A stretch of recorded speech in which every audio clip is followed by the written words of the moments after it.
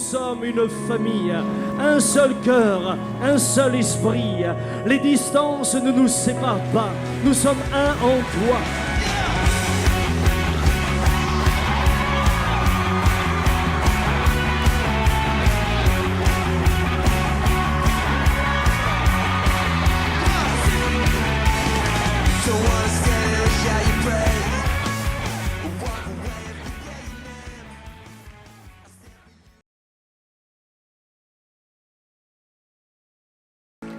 Alors, ce soir, je voudrais continuer avec une petite série que j'avais commencée sur l'Église. On avait d'abord parlé de l'Église telle que, voilà, dans ses responsabilités, etc. Et j'ai parlé aussi de grandir dans l'Église, de servir dans l'Église et d'aimer. J'aime mon Église. Et je voudrais, ce soir, mon titre, c'est « Mon Église se multiplie ». Alors j'avais envie plutôt de mettre comme titre « Mon Église fait des petits », mais je trouvais que ça faisait, ça faisait un peu moins théologique pour le coup.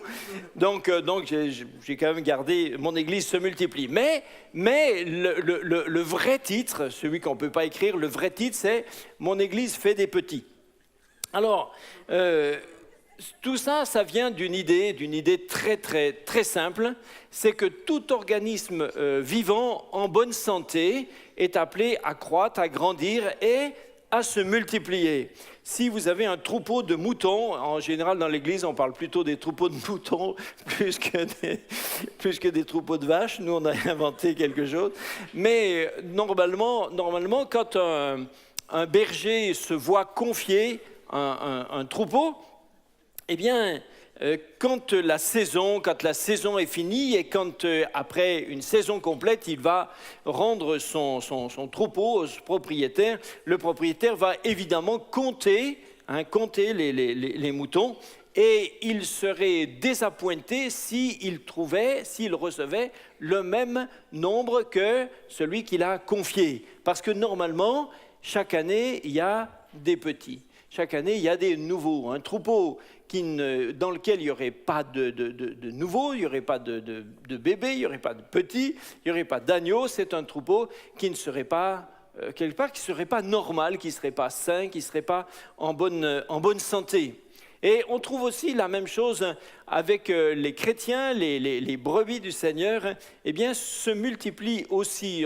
J'avais cours avec la formation biblique hier et on a vu que le livre des Actes des Apôtres comporte un grand nombre de mentions de nombres, pas toujours avec des nombres arithmétiques, quoique au début on nous disait qu'ils étaient 12, et puis après ils étaient 120 dans la chambre haute, et puis après ils étaient 3000, et au chapitre 4 on dit que le nombre s'éleva à 5000, ça c'est quand même ce sont des nombres.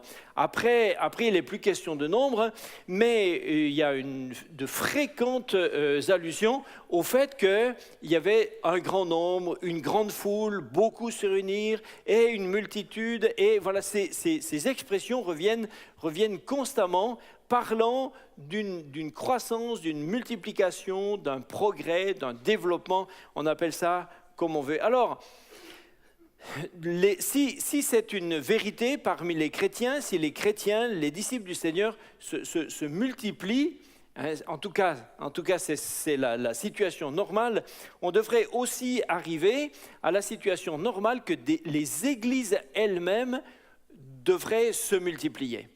Une église en bonne santé a pour but, pour mission de grandir. Dans Actes, on peut lire quand même quelques versets, Actes 2, 41, ceux qui acceptèrent sa parole furent baptisés, et ce jour-là, le nombre des disciples s'augmenta d'environ 3000 âmes. On voit là une croissance tout à fait fantastique, puisqu'ils étaient un tout petit nombre. Mais ce qui est arrivé à Jérusalem, et ce qui a un petit peu bloqué, c'est que à partir pendant un certain temps, les disciples qui étaient à Jérusalem sont restés dans Jérusalem et il semble qu'ils n'ont pas réellement percuté le grand commandement que Jésus leur avait donné, qui était d'aller à Jérusalem, bien sûr, là où ils étaient, mais dans toute la région, la Judée, et puis après la Samarie qui était juste en dessus, et puis jusque aux extrémités de la terre. Il semble qu'ils n'ont pas connecté vraiment et ils sont restés là. Alors bien sûr, ils grandissaient, le nombre dans Jérusalem grandissait toujours, il y avait même maintenant des sacrificateurs qui obéissaient à la foi et tout un développement comme ça, mais il n'entrait pas dans cette vision missionnaire, dans cette vision d'aller plus loin, dans cette vision de se multiplier dans le monde entier et que l'église de Jérusalem ne reste pas que l'église de Jérusalem, mais qu'elle se développe partout. Alors nous trouvons dans Acte 8 au verset 1 que c'est l'épisode où Saul qui deviendra, après vous connaissez ça, hein, Saul qui deviendra plus tard le grand apôtre Paul, mais avant il s'appelait Saul, et auparavant il était un persécuteur des chrétiens. Saul avait approuvé le meurtre d'Étienne, et il y eut ce jour-là une grande persécution contre l'église de Jérusalem. Et tous, excepté les apôtres, se dispersèrent dans les contrées de la Judée et de la Samarie. Et encore, on peut lire à la suite le verset 4, toujours dans le chapitre 8, 4, voilà. Et ceux qui avaient été dispersés allaient de lieu en lieu. Et maintenant, on lit, annonçant la bonne nouvelle de la parole. Voilà, c'est ce qui est un petit peu dommage, c'est qu'ils sont allés pour annoncer la parole de Dieu, j'allais dire quelque part seulement parce qu'on les a fichus dehors.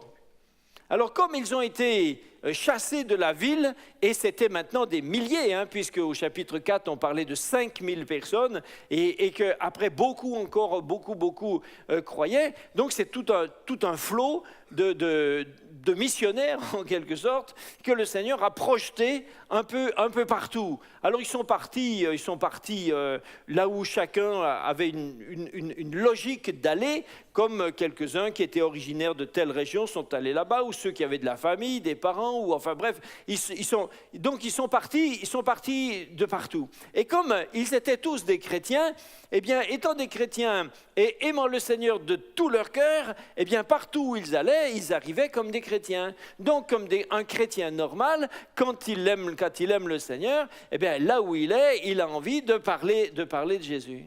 Donc tout naturellement, ce grand progrès de l'évangélisation s'est fait, mais il s'est fait d'une certaine façon sans que ce soit, en tout cas ce n'était pas un plan préconçu de la part de l'Église, il n'y a pas eu de stratégie, ils ne se sont pas dit tiens voilà ce que nous allons faire, mais ils ont été propulsés dehors et ils ont commencé à annoncer l'évangile partout. Alors, et c'est la raison pour laquelle le Seigneur a permis que ces événements, évidemment plus que fâcheux, extrêmement dramatiques, puisqu'ils ont démarré avec l'assassinat d'Étienne, mais parce que l'Église de Jérusalem n'entrait pas dans son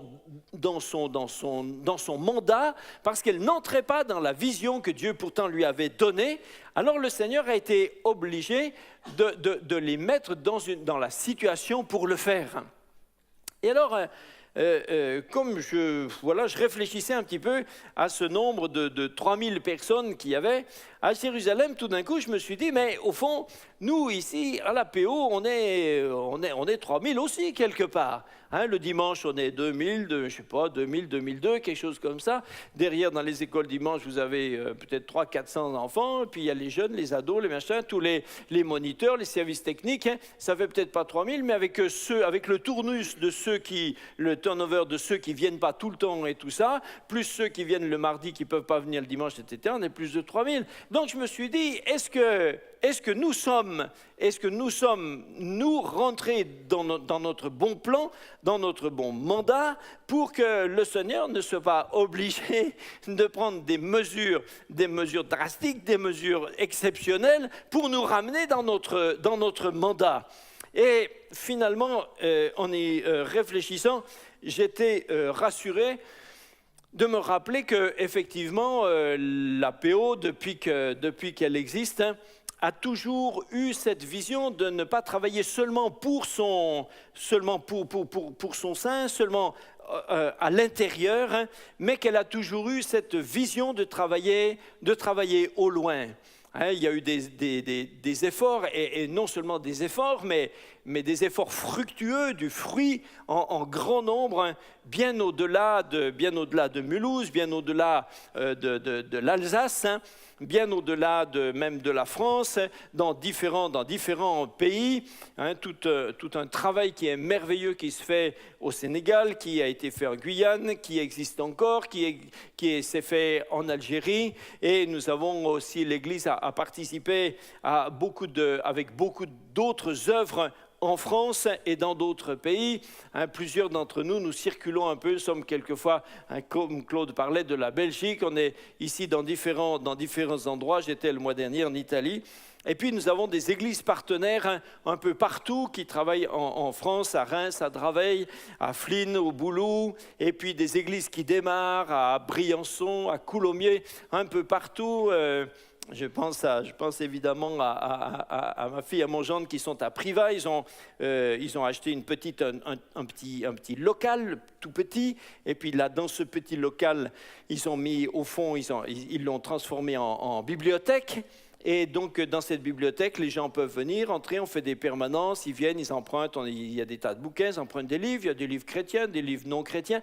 Et puis, c'est une plateforme pour discuter. Ma fille fait des permanences pour les enfants, des animations, des choses comme ça. Et puis, ils ont mis au fond un grand écran. Et puis, ils passent le culte de la PO en direct. Et petit à petit, les choses avancent. Et maintenant, avant, c'était une fois par mois, 2 fois. Maintenant, ils font chaque dimanche. Et comme les gens passent sur le trottoir comme ça, à travers la vitrine, ils regardent. L'autre jour, un monsieur a vu dans la vitrine, il a vu des grosses Bibles comme ça. Il a dit, tiens, des Bibles, ah bon? Alors il est rentré, il dit, mais c'est quoi? Vous faites quoi ici? Alors il lui a expliqué tout ça. Il lui dit, mais si vous voulez, tout à l'heure, on va passer le culte. Alors il a dit, ah oui, mais bon, il avait une religion. Je peux pas vous dire qu'il était protestant, parce que je ne vais pas faire des histoires. Alors, donc il y est allé, il a dit, écoutez, j'ai mon culte là-bas, j'y vais, mais après je reviens. Et alors, peu de temps après, il est revenu, parce que c'était plus court là-bas. Et donc, il est revenu un petit moment après, et du coup il s'est assis, et c'était marrant comme coïncidence, c'était moi qui, ce jour-là, prêchais. Et c'était justement sur l'Église. Il dit, ben oui, mais c'est ça, mais c'est juste, mais c'est ça l'Église. Ah bon? Alors depuis, il revient comme ça, il va faire son culte là-bas, voilà, hop, et puis après il revient. Et comme ça, et maintenant il profite, il entend d'autres personnes viennent aussi et tout ça. Et je me dis, avec des fois des petits moyens, des gros moyens ou quoi, mais en tout cas, c'est pas le problème. Le problème, c'est d'être sûr. C'est d'être sûr qu'on fait ce qu'on doit faire. C'est d'être sûr qu'on est entré dans notre mandat. Quand une église fonctionne seulement en ne s'occupant que de ses besoins à elle, quand elle fonctionne seulement comme en cercle fermé, quand les soucis des chrétiens de l'église ne sont plus que l'épanouissement des chrétiens, le traitement de tous les bobos de tout le monde, et croyez-moi, je ne dis pas ça comme une supériorité. Des tas de gens parmi nous font face à des vraies douleurs, des vraies difficultés, des vrais problèmes, des vraies souffrances. On ne méprise pas ça. Mais le danger, c'est que si on ne voit plus que ça, et si on ne s'occupe plus que de ça, alors on tourne en rond comme dans un bocal. Voilà. Et dans un bocal, eh bien, dans un bocal de cornichons, ça tourne au vinaigre, toujours. C'est obligé. C'est marqué dessus. Alors, il nous faut être sûr que notre Église et que notre conception, parce que l'Église, c'est nous. Hein, il faut être sûr que notre conception de l'Église ne soit pas égocentrique, mais que nous soyons centrés sur la volonté de Dieu, de ce qu'il va faire. Qu'est-ce que Dieu va faire avec nous? Qu'est-ce que Dieu projette? Bon, bien sûr, dans un premier temps, ça va durer quelques jours, on va remplir ce local, bon, ok. C'est le Seigneur qui le remplit. C'est lui qui gagne chaque jour ceux qui sauvent. C'est le Seigneur qui le fait. Hein. Le livre des Actes dit « Le Seigneur ajoutait chaque jour à l'Église ceux qui étaient sauvés ». C'est le Seigneur qui les ajoute. Alors on pourrait dire « Mais alors si c'est le Seigneur qui les ajoute, et que faisaient les apôtres alors ?» Ils travaillaient. Mais quand on travaille pour le Seigneur, c'est quand même le Seigneur qui gagne les âmes. On ne perd pas de vue que même en travaillant pour lui, l'efficacité lui appartient seulement à lui. OK? D'accord. Mais nous avons une vision. Cette vision, c'est de travailler ici, mais c'est de travailler aussi ailleurs et partout. Merci Seigneur, nous croyons que ce local sera rapidement trop petit. Et déjà c'est déjà vrai. On vient d'ouvrir des salles, les écoles du dimanche, etc. Et déjà, quelque part, on commence déjà à réentendre ce qu'on entendait déjà il y a quelques mois. Oui, mais en fait, c'est trop petit, on manque de place, etc. Il n'y a pas assez de ceci, il n'y a pas assez de... Alléluia, merci Seigneur. Ça, c'est des bons problèmes. Ça, des bons problèmes. Quand une église dit « nous sommes beaucoup trop grands, il faudrait qu'on sous-loue la moitié », c'est moins un bon problème. Mais quand ce local va être trop petit, qu'est-ce qu'on va faire? Moi, je ne sais rien, je n'ai pas de révélation sur ça, mais je sais qu'on aura ces problèmes-là. On aura ces problèmes. Et merci Seigneur qu'ils viennent rapidement. Parce qu'il faudra qu'on trouve d'autres solutions. Peut-être qu'il faut qu'on achète un grand terrain, puis on fait un truc de 5 étages. Non, je ne sais rien. Ou peut-être qu'on va faire 2 cultes, et puis, ou 3 ou 4, ou quand on ne saura plus, on en fait un aussi la nuit. Samuel, il aime ça. Alors. Et peut-être que... Ou peut-être qu'on va faire, ou peut-être qu'il faut ouvrir d'autres églises à 100 km d'ici ou à 200 ou quoi. En tout cas, notre projet, c'est de dire, il faut qu'on ne perde pas cette vision de croissance, cette vision que cette église fasse des petits. Et le vrai problème de la multiplication des églises, c'est pas d'abord une question de stratégie, c'est pas une question de moyens financiers. Le Seigneur manque de rien. Le Seigneur manque de rien. Je regardais quelques stats sur le net aujourd'hui et j'étais effaré de voir la richesse, les richesses qu'il y a sur la face de toute la terre. Hein. J'ai lu aujourd'hui, j'ai été étonné de cette statistique qui dit qu'il y a à peu près entre 25 et 30% de toute la production alimentaire mondiale qui est gaspillée.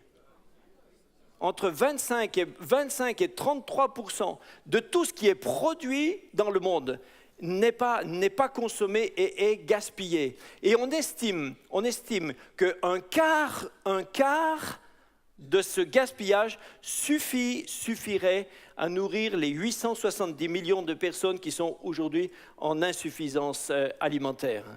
Voyez. Donc ça m'a frappé. Je me suis dit, mais nous sommes sur une planète luxueuse.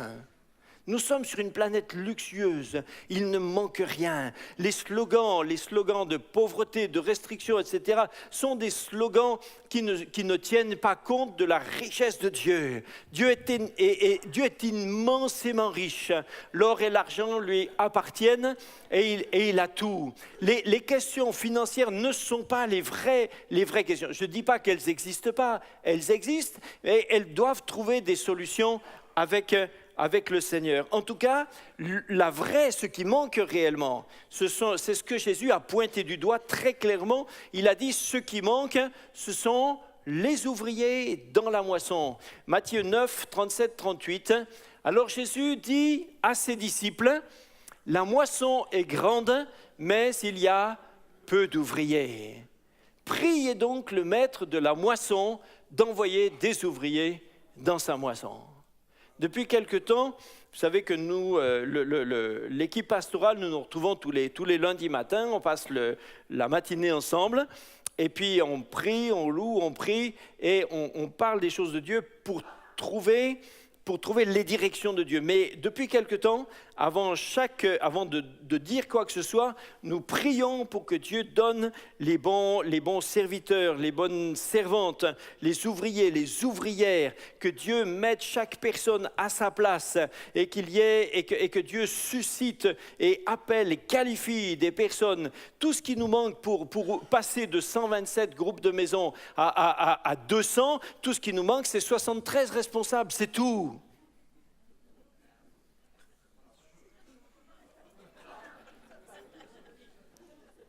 C'est tout. C'est tout. C'est-à-dire que là, on n'est pas en train de parler de miracle. On n'est pas en train de parler d'impossibilité. On parle de personnes qui entendent, qui reçoivent, qui acceptent, qui répondent à l'appel de Dieu. Et c'est juste ça qui manque. C'est juste ça qui manque pour que la moisson puisse grandir. Vous savez, la Bible dit, celui qui sème en pleurant moissonne avec chant d'allégresse. Mais moi, quand j'étais gamin, j'ai travaillé, mon oncle était agriculteur, je passais mes vacances le plus souvent à la ferme, et bien sûr, on ne travaillait pas avec les méthodes d'aujourd'hui, c'était tout à l'huile de coude, à la fourche et au râteau, et tout se faisait à la main comme ça. Et bien sûr, moissonner, c'est vraiment, c'est gratifiant, quoi. Moissonner, récolter, c'est gratifiant, c'est formidable, parce qu'on voit ce qu'on fait, parce que ça rentre. Maintenant, ce n'est pas parce que c'est gratifiant et qu'on chante des chants d'allégresse que c'est plus reposant. Parce que c'est bien plus difficile de travailler dans l'agriculture quand on récolte en juin, juillet, août, parce que les jours à ce moment-là commencent à 4 heures du matin, 5 heures du matin, et puis qu'ils finissent à 10 heures du soir, et que les journées de boulot, elles font 12 heures ou 14 heures. Et que même si on est content à chaque fois qu'on rentre un char, même si on est content à chaque fois qu'on rentre, même il faut se dépêcher, parce que le temps passe, et les journées sont épuisantes. Bien sûr, labourer, c'est moins rigolo, au mois d'octobre, novembre, il pleut, etc. Mais les journées, elles sont très courtes. C'est bien plus difficile de moissonner. Et il faut des gens qualifiés, il faut des gens appelés, il faut des gens courageux, il faut des gens qui se donnent à fond. Et aujourd'hui, nous cherchons des gens comme ça. Aujourd'hui, nous cherchons des gens qui entendent l'appel de Dieu et qui y répondent afin que cette moisson se fasse. Je ne sais pas quand le Seigneur revient, et personne ne le sait, mais ce que nous savons, c'est que actuellement, des générations entières sont en train notre société est en train de partir en quenouille. On part en vrille. Je reprends. Si Thibaut est là, il va entendre que je l'ai entendu. Mais c'est quelque chose qui est tellement réel. Et si l'Église se donne de la peine, cette moisson, mais qui veut partir? Qui veut rentrer dans le champ? Alors quand on dit partir, bien sûr, on peut penser tout de suite, on pense à Éric Toumieux, on pense au Sénégal, et tout ça est vrai. Mais partir, c'est aussi partir au travail. Et partir au travail, ça peut être aussi ici, ça peut être aussi dans notre environnement direct. Mais en tout cas, partir dans le champ du Seigneur. Mais il y a aussi des moments où il faudra accepter de quitter, il faudra accepter de partir physiquement, de résilier son bail, de donner sa démission, de partir quelque part. Je ne dis pas qu'il faut partir à l'aventure de façon téméraire, non, mais des moments, il y a des choix à faire. Quand j'avais je ne sais plus, 25 ans, 26 ans, je travaillais à Grenoble dans un hôpital. Et on a voulu, avec l'église où j'étais, on a voulu ouvrir une église à 70 km de là, Bourgoin-Jallieu. Voilà, donc j'ai donné ma démission, je suis parti. Je ne suis pas parti sans rien, l'église allait me soutenir, j'en ai touché le SMIC, mais le SMIC de l'époque, c'était pas beaucoup. Mais quelque part, on s'en fichait. On n'y a même pas, on n'y a même pas réfléchi, parce qu'on avait appris auparavant que c'est Dieu qui pourvoit à nos besoins. C'est Dieu qui pourvoit. Je crois que je vous avais expliqué ça une fois, quand avec Brigitte, quand on s'est mariés, nous sommes rentrés dans un appartement qui était vide. Et vide, ça veut dire vide. Nous n'avions pas une chaise, nous n'avions pas une casserole, on n'avait rien. Il y avait de la poussière un peu, mais sinon c'était vide. Mais on a manqué de rien. On a manqué de rien. Dieu nous a laissé manquer de rien. On a appris qu'on peut compter sur le Seigneur. On avait besoin de quelque chose, on disait rien à personne, on priait et quelqu'un nous donnait, nous faisait avoir ce dont on avait besoin dans les jours qui suivaient, quand on en avait besoin. Bien sûr, on vivait chichement. Ah, c'est vrai. C'est vrai qu'on n'allait pas à Europa Park, on n'allait pas à Disneyland, ça c'est vrai. C'est vrai, du reste on n'y a pas pensé. Hein. Mais on manquait de rien. Mais il nous a fallu accepter d'être aussi déracinés. Il faut être déraciné, il faut prendre des risques. Et j'aurais pu dire, oui, mais si ça ne marche pas, je fais comment pour revenir dans un milieu professionnel? Quelle sécurité on avait? On n'en avait pas. On a passé 7 ans dans cette église et là, on a décidé de partir, ou le Seigneur nous a convaincus de partir en Afrique. Bon, on est parti au Tchad.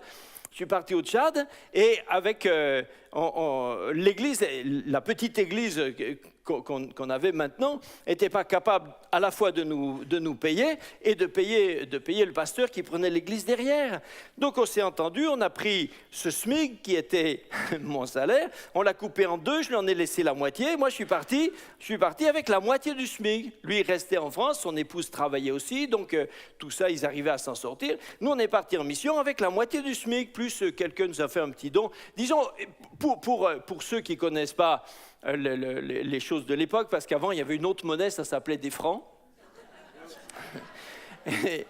Non, mais parce qu'il y en a qui ne savent pas, hein, tout le monde n'est pas de notre millénaire. Hein. Et alors, donc, je dirais on est parti avec l'assurance d'avoir à peu près l'équivalent aujourd'hui de 650 € ou 700 € par mois, quelque chose comme ça. Et avec ça, on n'avait pas de mutuelle et on ne cotisait pas pour la retraite. Voilà, on n'a jamais cotisé pendant toutes ces années à la retraite. Je ne dis pas que c'est un modèle à suivre, je dis seulement que ça ne nous a pas empêchés de partir. Je dis seulement qu'on n'a pas manqué et qu'on n'a pas été malheureux et qu'on n'a pas été frustré et qu'on n'a pas été, voilà, on n'a pas été, on n'a pas été des misérables. On n'était pas des misérables. Même si les gens nous ont regardés quelquefois comme ça. Quand j'étais à Djamena, nos enfants étaient à l'école française à Djamena. Et ces écoles-là, si on n'est pas boursier, c'est impossible, parce qu'elles sont payantes et c'est extrêmement cher. Il n'y a que le fils du général machin, le fils du ministre, etc., le prospecteur de SO, etc., et 2-3 petits pauvres missionnaires parce qu'ils sont boursiers. Alors nous, on était regardés comme des petits pauvres. Quand j'amenais les enfants à l'école, j'avais une vieille bagnole qui faisait un bruit épouvantable, cataclope. Les enfants me disaient toujours « Papa, tu nous arrêtes ici !» Il fallait que je les laisse 200 mètres avant. Et ils ne voulaient pas que je les arrête devant la porte. Mais voilà, mais au moins ça nous fait des souvenirs un peu différents. Et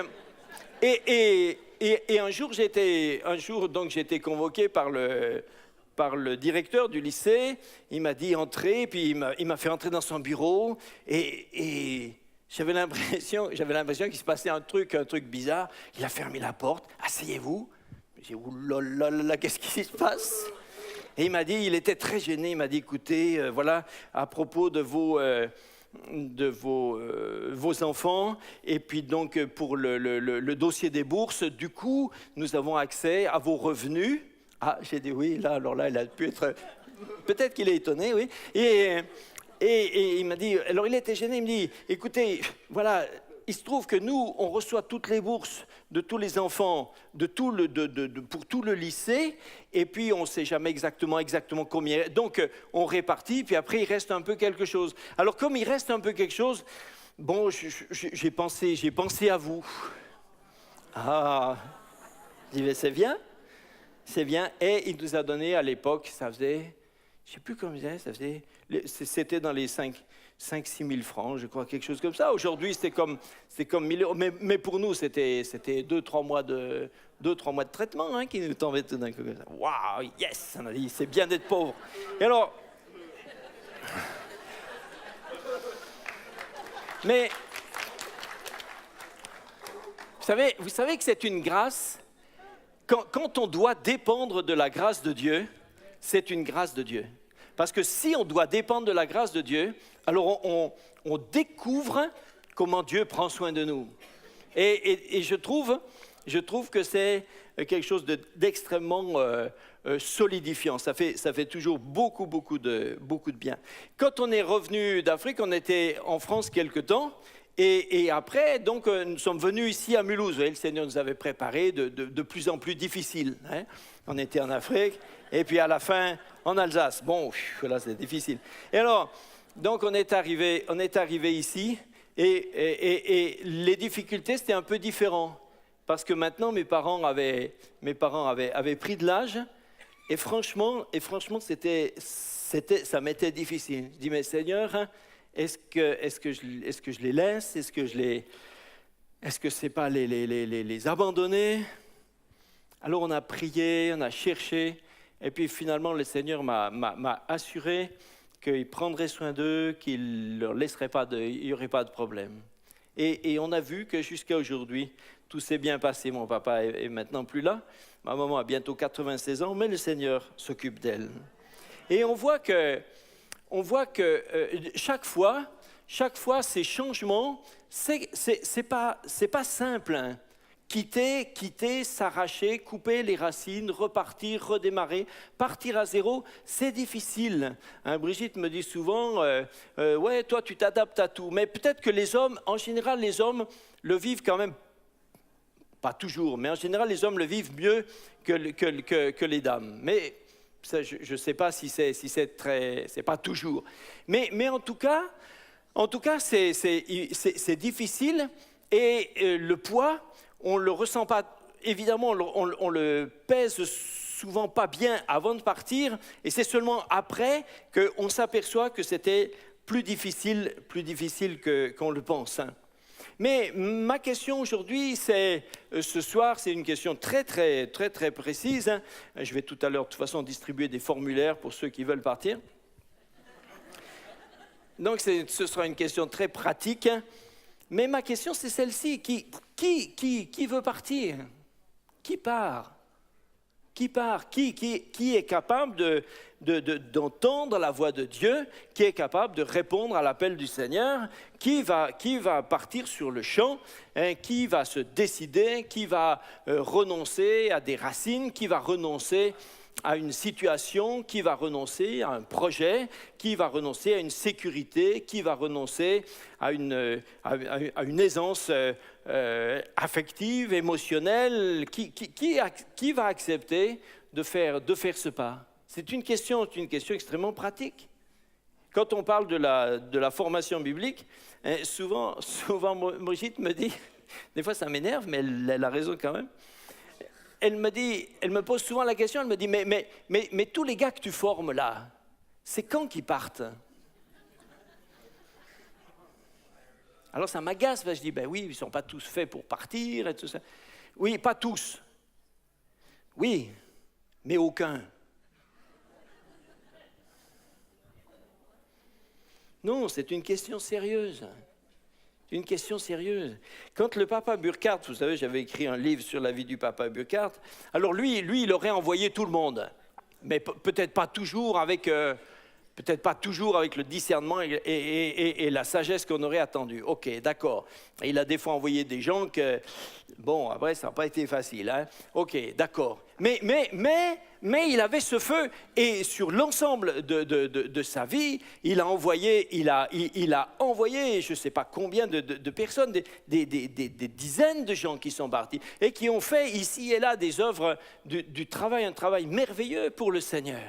Alors quand il disait à quelqu'un, est-ce que vous n'avez pas l'appel pour partir? Enfin, il leur disait de partir et des fois les gens lui répondaient, oh vous savez frère, moi j'ai pas l'appel pour partir. Et du tac au tac, il leur disait toujours, et vous avez l'appel pour rester?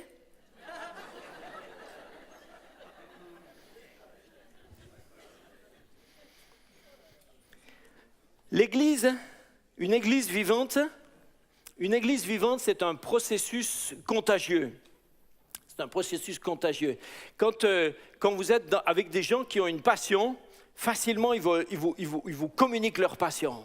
Quand vous êtes avec des chrétiens qui ont la passion des âmes, qui ont la passion de l'Église, de l'évangélisation, de la mission, et ils vous passent leur passion. Quand une Église est comme ça, elle communique cette passion aux autres autour.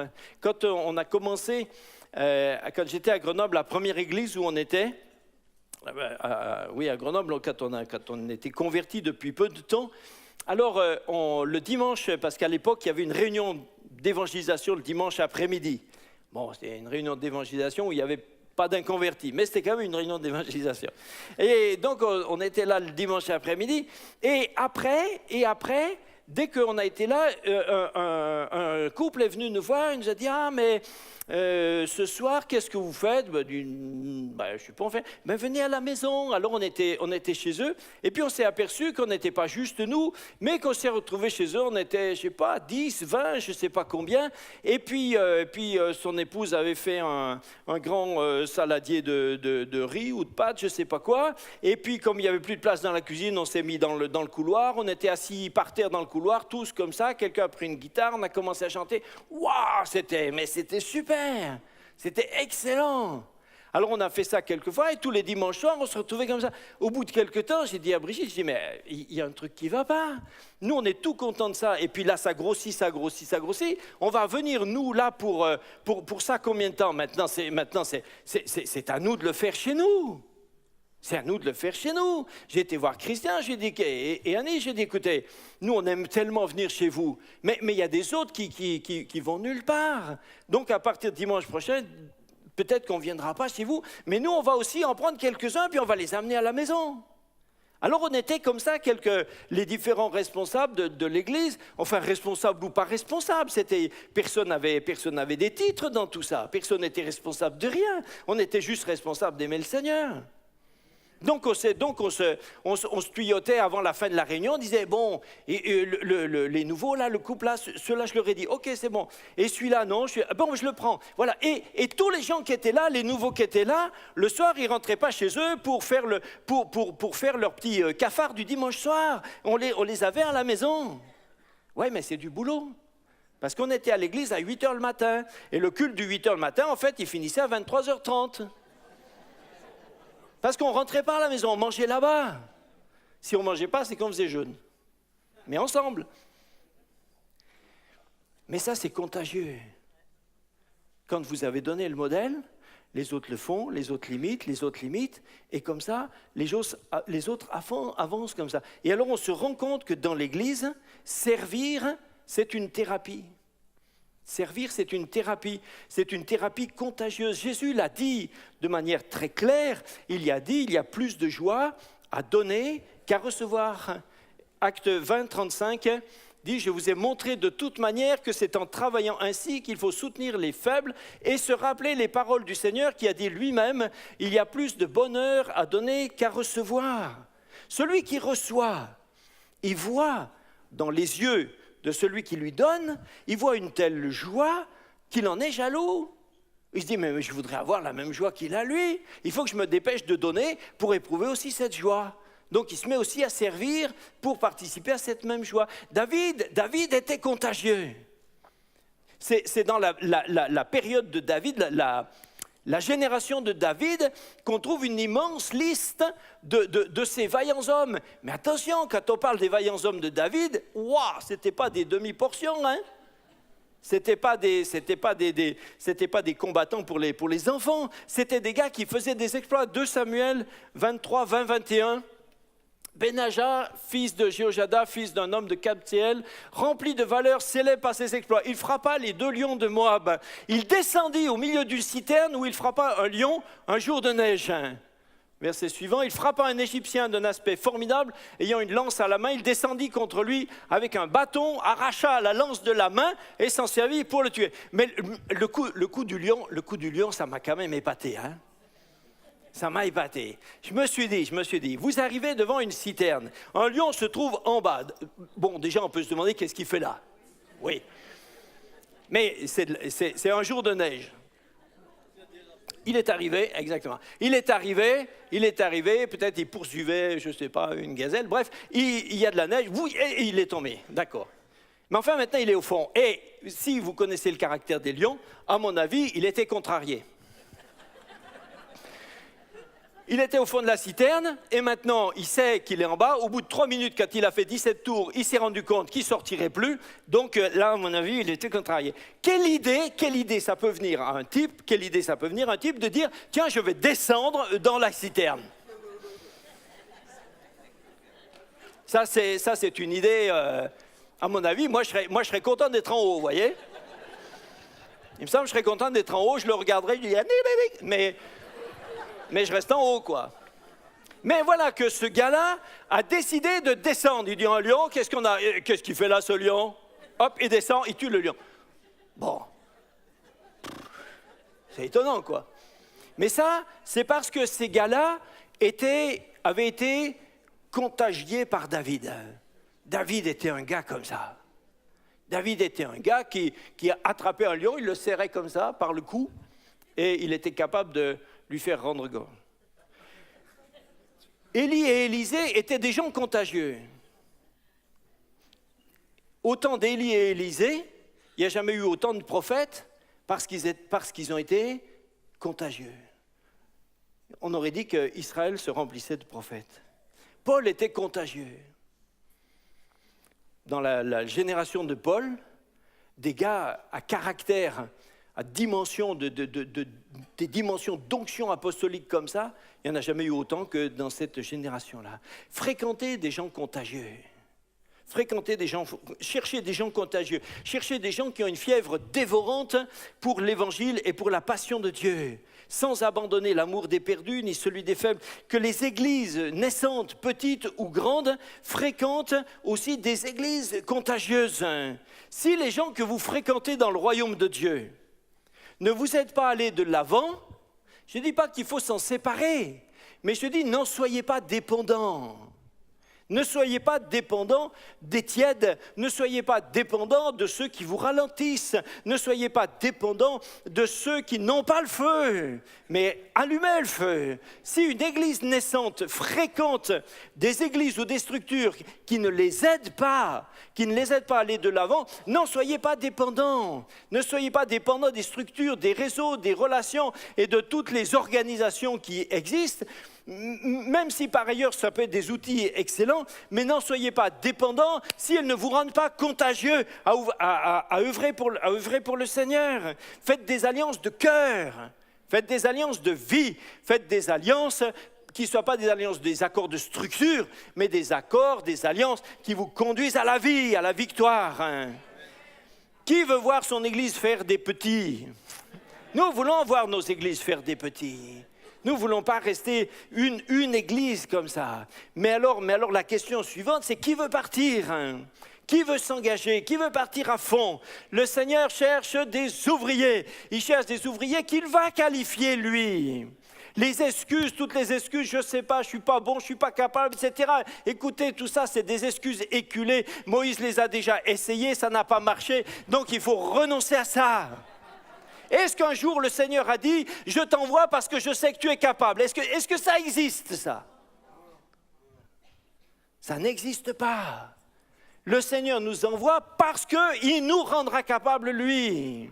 Parce que c'est lui qui donne les capacités. Et il va vous envoyer avec un CDI et il va vous envoyer avec un aller simple.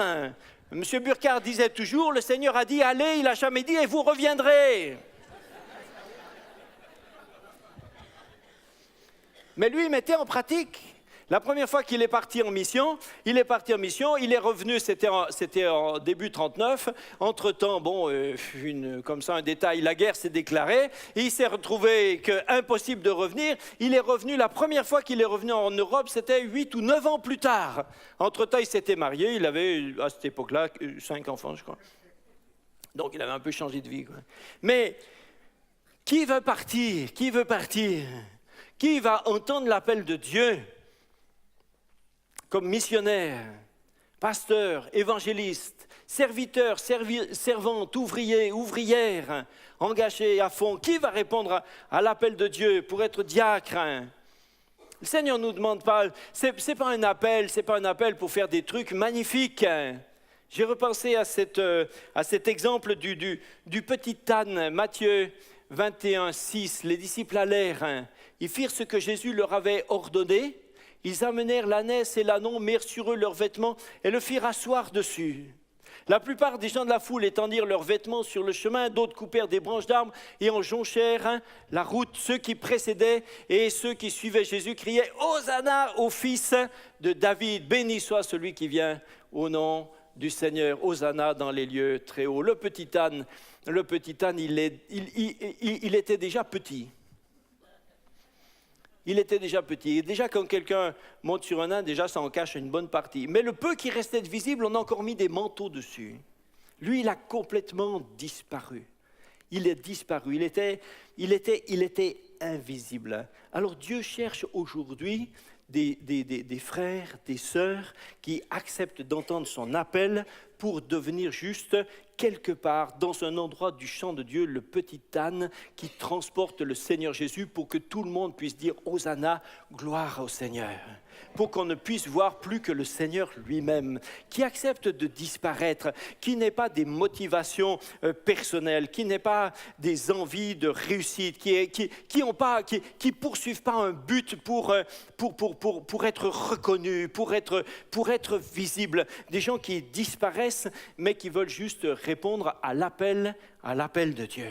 La moisson est grande, elle est beaucoup plus grande que ce que nous imaginons. La moisson pourrait être ici, même dans une ville comme Mulhouse, rien que dans un petit département comme ici, dans une petite région comme l'Alsace, dans un petit pays comme la France. Cette moisson pourrait se compter en centaines de milliers, elle pourrait se compter en millions, mais notre vision incrédule nous fait voir juste des tout petits chiffres comme ça.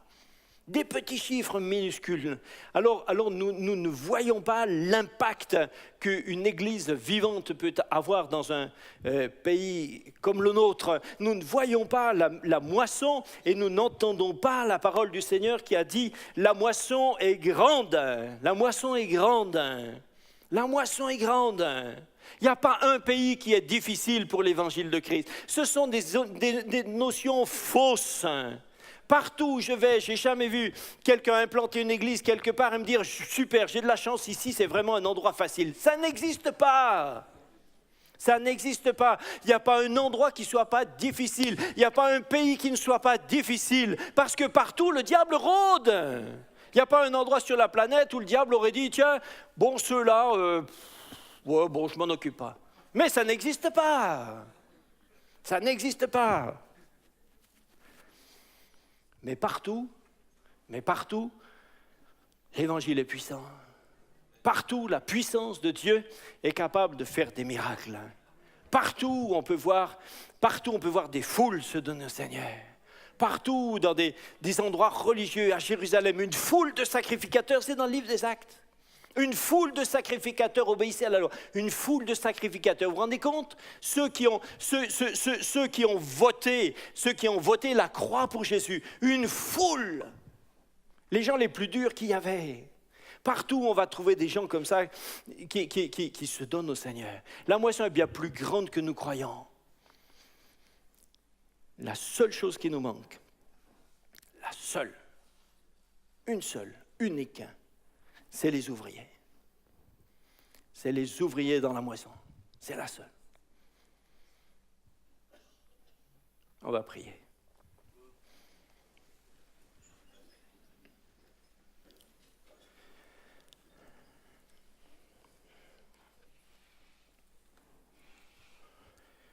Seigneur Dieu Tout-Puissant, nous croyons, Seigneur,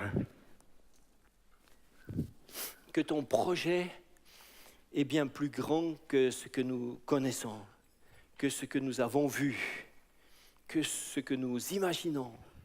Un projet extraordinaire, un projet merveilleux, un projet puissant. Un projet dans lequel tu as bien voulu aussi nous intégrer, malgré nos faiblesses. Seigneur, je voudrais vraiment ce soir lancer cet appel à ceux qui sont ici dans cette salle, à ceux qui sont avec nous sur le net, à ceux qui regarderont cet enregistrement en différé. je vous lance un appel. Juste l'écho de l'appel de Jésus. Ce soir, qui partira pour moi? Le Seigneur est là et il t'appelle, disait Marthe à Marie. Mais ce soir, entends cette parole. Le Seigneur est là et il t'appelle. Le Seigneur est là et il t'appelle. On pourrait rester comme ça, juste quelques secondes. Juste quelques secondes, en silence. Et je vous invite à vraiment à entendre l'écho de l'appel de Jésus dans votre cœur. Je crois que plusieurs devraient ce soir donner au Seigneur une réponse radicale. Bien sûr, chacun d'entre nous sommes appelés à lui dire oui pour le servir. Mais je crois que plusieurs devraient donner au Seigneur une réponse radicale pour un service entier, radical. Un service qui peut leur coûter et qui peut leur coûter des racines. Mais ce soir, le Seigneur t'appelle. Je voudrais prier, je demanderai après à Sam s'il veut conduire la suite. Merci Seigneur, nous sommes tellement heureux de te servir. C'est une telle joie d'être tes enfants, d'être tes serviteurs, de savoir que dans notre indignité, Seigneur, c'est toi qui conduis nos vies. Et le peu qui se fait, comme a dit Ésaïe, c'est toi qui l'accomplis par nous. Merci Seigneur. Amen.